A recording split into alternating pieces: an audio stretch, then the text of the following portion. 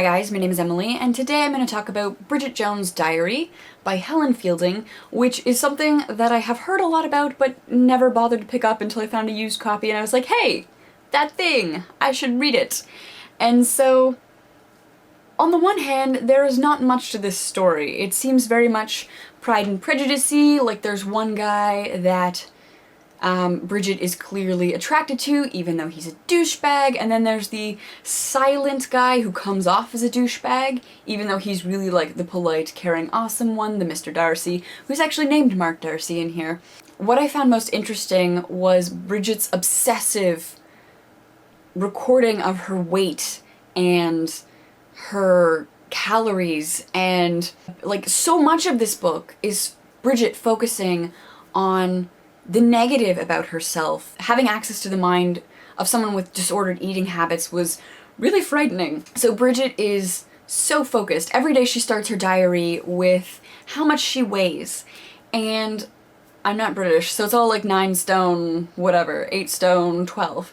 So I started looking up these conversions, and it's not that much. Bridget weighs like 136 pounds at the most. Even if she is, let's say, 5 feet tall, she's not obese. But she thinks she's obese. Like, she talks about herself and, like, being squishy and having fat on her body and, like, just eating lard and becoming lard. But 130 pounds is not a lot. And so the idea, the warped idea of what an ideal body is for a woman is very much apparent in this book. Like, I'm honestly not sure how much thinner Bridget could get.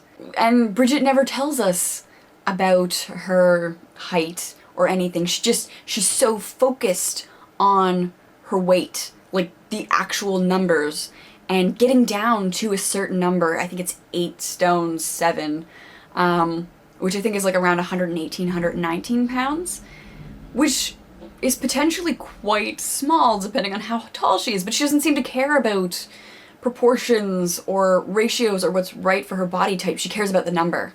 It was really interesting to be inside of that and to look at her calorie count, and she'll be like, oh, I ate like 8,000 calories today, but then I threw them all up, so it doesn't matter. Or like, 700 calories today, woohoo, very good. But like, the jumping around all over the place, the inconsistent eating to get to this ideal number is very disturbing, and the fact that the whole book is focused on her eating and her calories. And I feel like if Bridget spent less time thinking and obsessing about her weight and the calories, that she could do so much more with her life. Like, she's in this dead-end job in the publishing house, and she's really not forwarding her career in any way. She's just so focused on getting a man because she's 30 and everyone's like coupled up already and they're having children and she's alone. There's nothing wrong with being alone when you're 30. There's so much that she could pursue and do because she is single. She has the mobility to move anywhere in the world, and yet she's so focused on finding a man and becoming thin because the only way to get a man is to be thin. There wasn't much to the story. I wouldn't say it was a super enjoyable story, but it was a very interesting story. Would I recommend Bridget Jones' Diary? I don't know, it was funny at times, but mostly I found it really concerning and depressing that this is what women are taught is important, that their weight and their appearance equals their worth.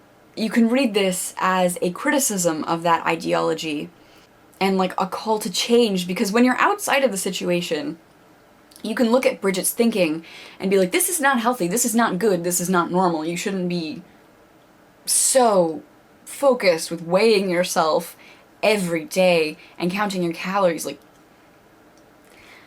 But when you're living, it's harder to turn this critical eye on yourself and reflect on how you view yourself and your weird habits about your body.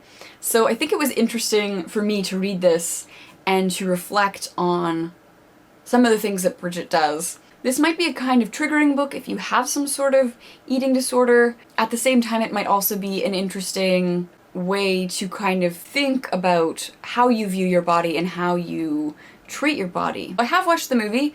didn't like the movie as much as I liked the book. I think a lot of this diary stuff didn't translate well into the movie. I liked that it was very internal. But let me know your thoughts in the comments below. I'd be curious to hear your thoughts on Bridget's disordered eating and her issues with weight, and whether or not this novel is just a piece of fluff or offering some sort of critical engagement with our ideas around the ideal female form. Thank you so much for watching, and I will see you soon.